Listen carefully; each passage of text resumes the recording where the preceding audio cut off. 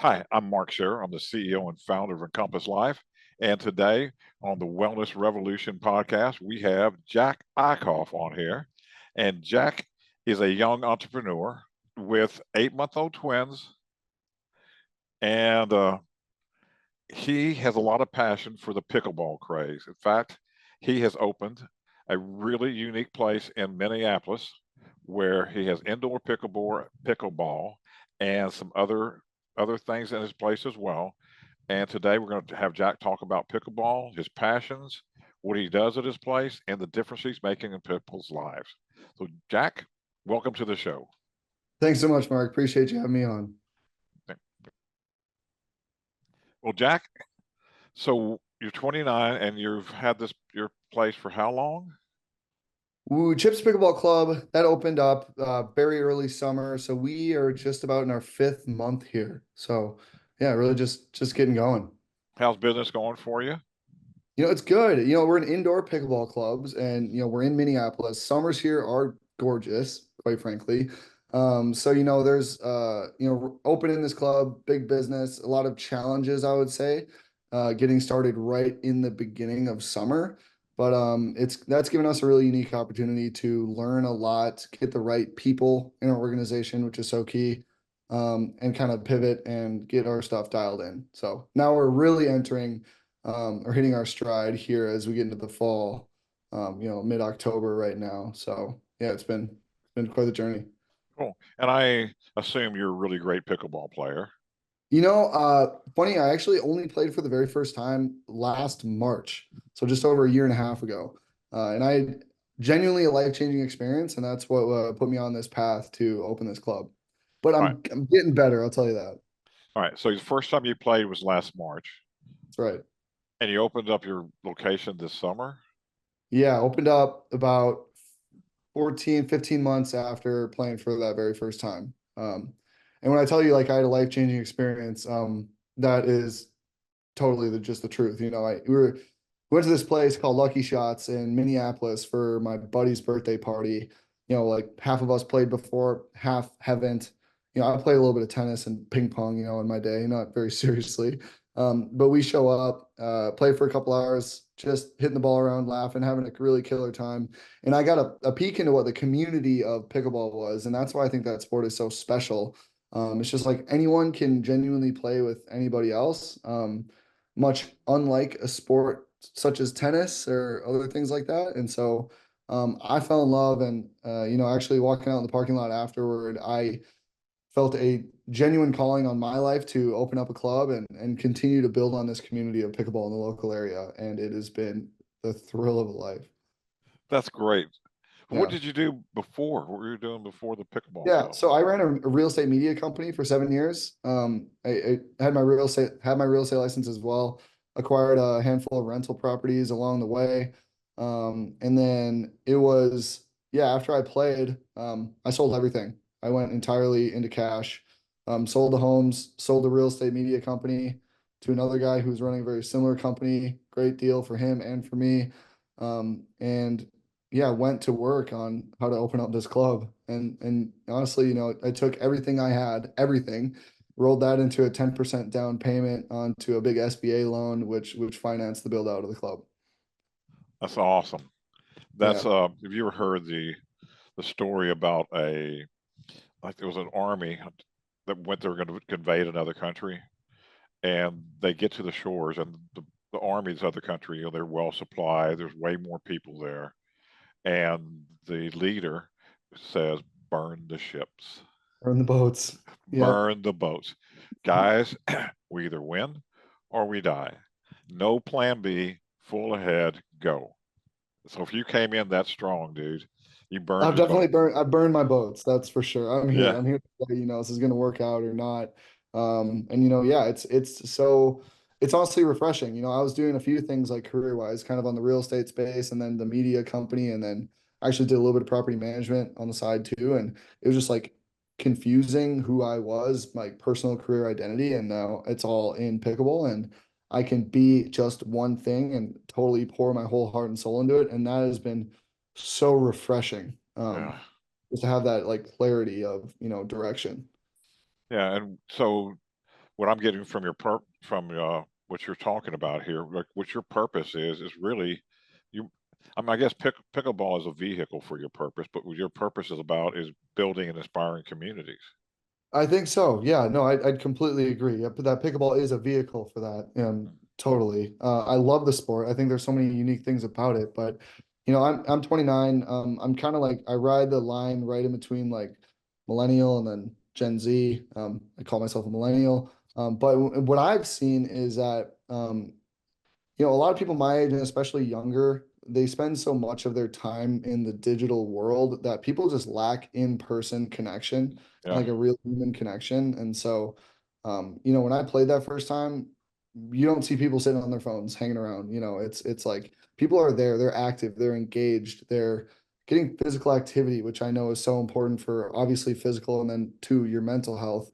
right, And so yeah, I felt like there's just a lot of division in our digital world, like left, right, even if you want to go there like politically, but like just a lot of isolation too after right. COVID.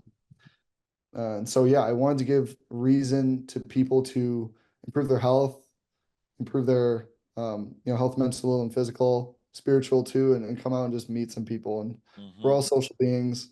We crave that. And there's no better way than through, playing a sport like this. Yeah.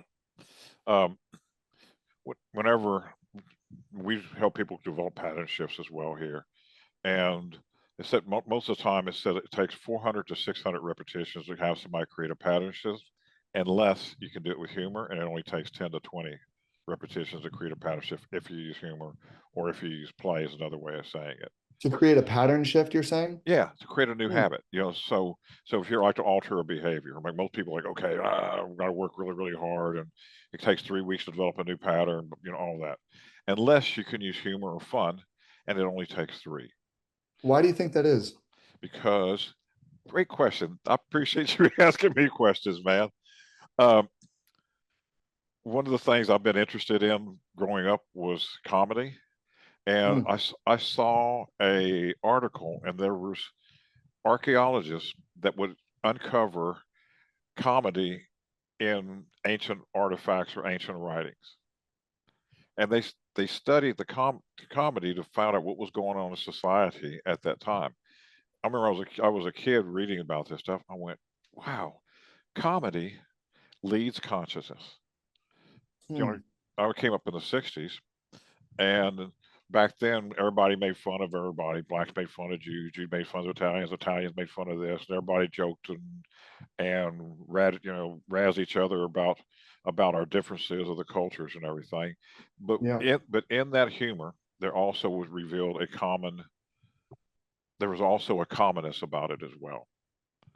And so what I believe is when we use humor, it bypasses the defense mechanism of the brain, makes things real easy. Even like you see our little It kid, opens you up. yeah. So even like with little kids, right? I've worked with parents with kids too, and if you tell a child, you know, go to bed, brush your teeth, go to bed, brush your teeth, go take a shower, brush it. I mean, you tell them again and again and again. What happens to that kid? Right? And how the parents feel? Oh my gosh, it's the same routine every night, the same old crap, right? So Hmm. you got to have the kids got to be enrolled in their own life. Where they, hey, what do you do for bed? Oh, it's 8 o'clock. What do you do for bed? Well, I take a shower and I put on my jammies and I get dressed. I get in bed, and I really love when mommy reads her bedtime story. And Hmm. so the kids begins to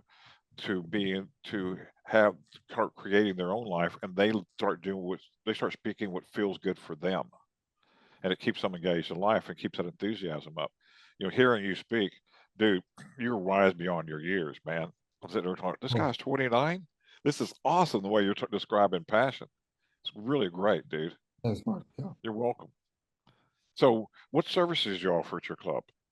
Yeah, so the main thing, we're a pickleball club. So we got, 12 indoor courts.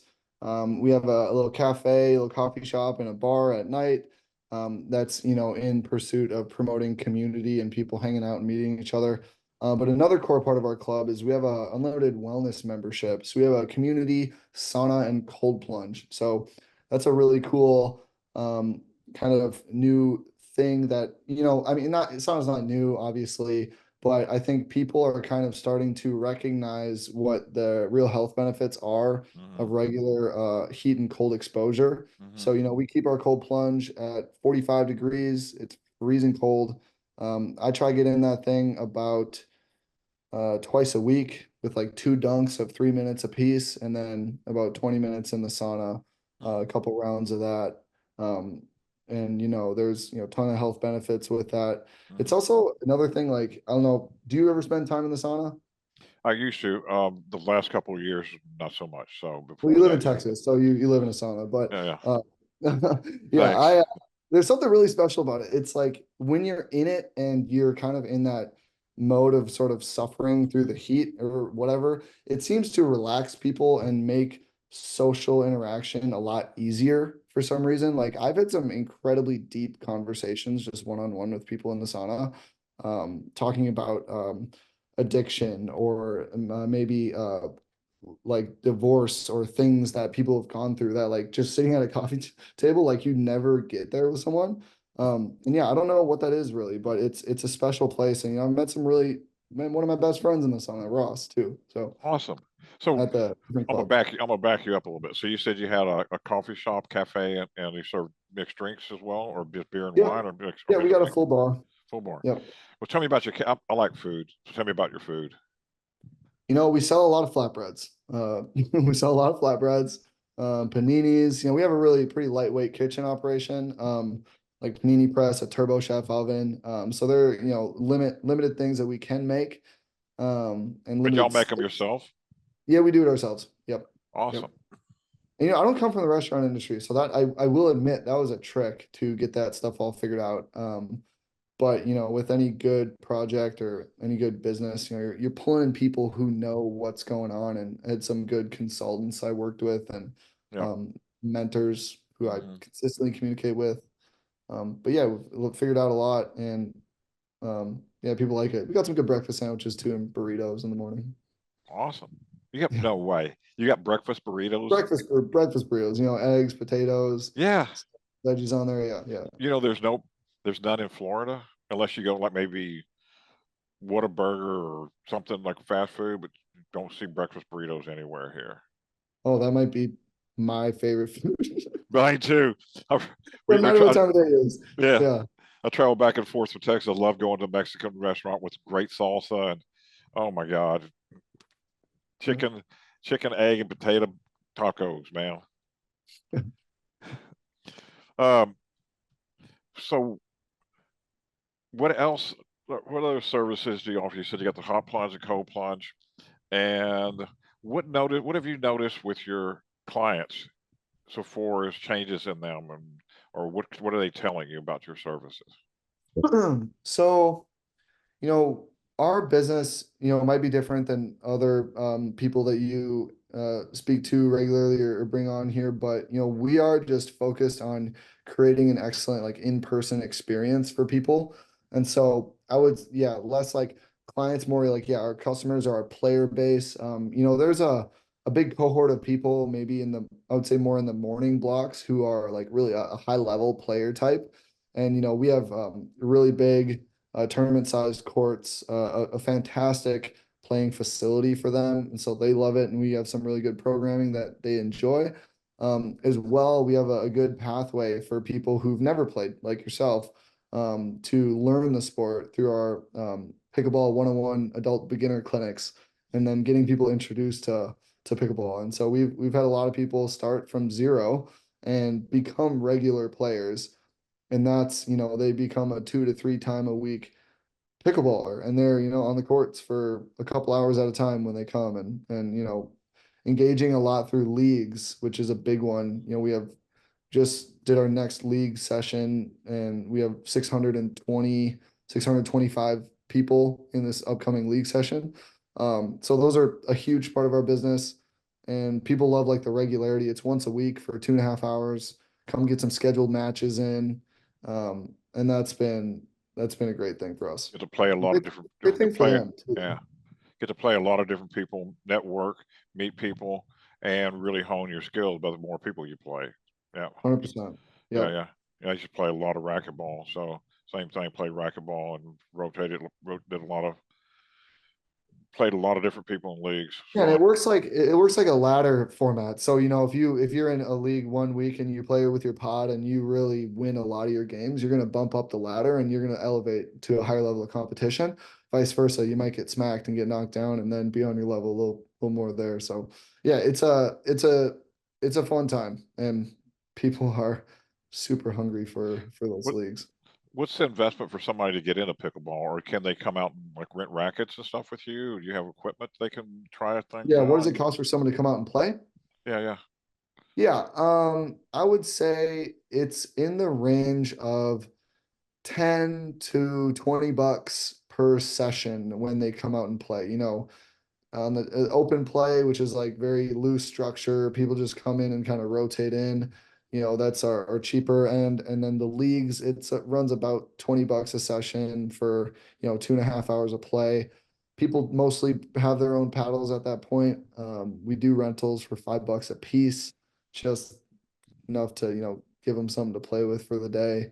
Yeah, But it's a cheap sport. Like there's a lot of outdoor play too, so that's what's really developing like the base of players around. And then um, for the consistent environment, they're coming indoors. It's if it's windy or if it's cold or hot, right. um, or if they want to know like they're playing with their crew, that's a good time to come in. But it's like you can get a good paddle for $100, and then you're set to play. Gotcha. That's pretty Yeah, cool. yeah. And where are you guys located? We're in Eagan, Minnesota, so Minneapolis Metro, South You, Metro. Yeah, you say you're pretty close to the airport as well. we're pretty close to the airport. Yeah, Awesome. yeah. And how's your wife doing with you having twins and starting the new business and selling all your properties? There's like she's doing well. She's got a great job. She works in tech. And she, wanted to keep working while she can, and especially in the, let's say, the more critical, fragile like time of this business at the very beginning. But there was you know, we sold everything, man, to put into this company. And uh so there were conversations that we had early on where it's like, hey, Katie, we need to be okay if understanding that we're personally guaranteeing everything that we're doing here and all this debt, that if this doesn't work out, that we are okay with the whole restarting from zero thing, and that Hmm. those are real conversations that we had. I think you need to have those conversations and be on the same page and understanding about that, because that could be the reality. I don't Hmm. believe it'll be the reality. Hmm. Um, and it, by all measures right now, it doesn't look like it will be.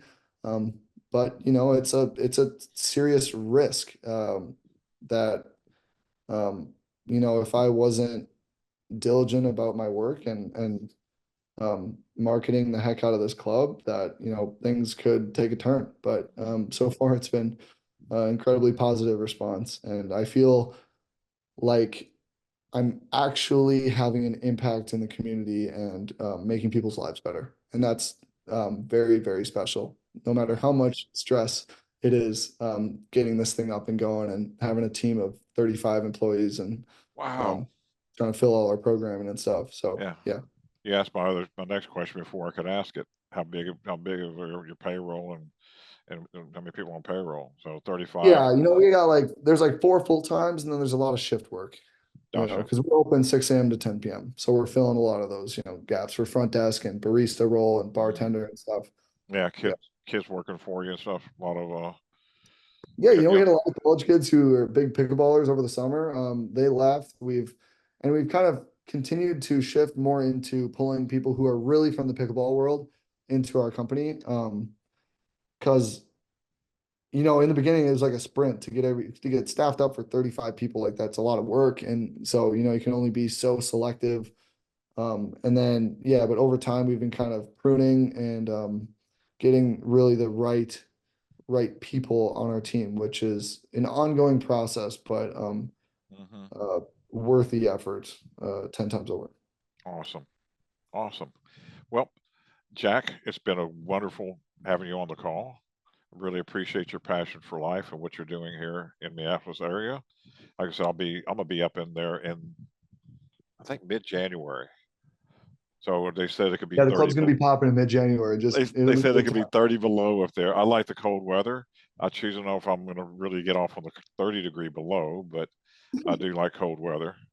Yeah, So um, maybe I'll run into you up there. It'd be great. please do. And Please it's, do. what's the best way to connect with you? It's through our website, chipspickleball.com. There's ways to submit a form and get in touch with me.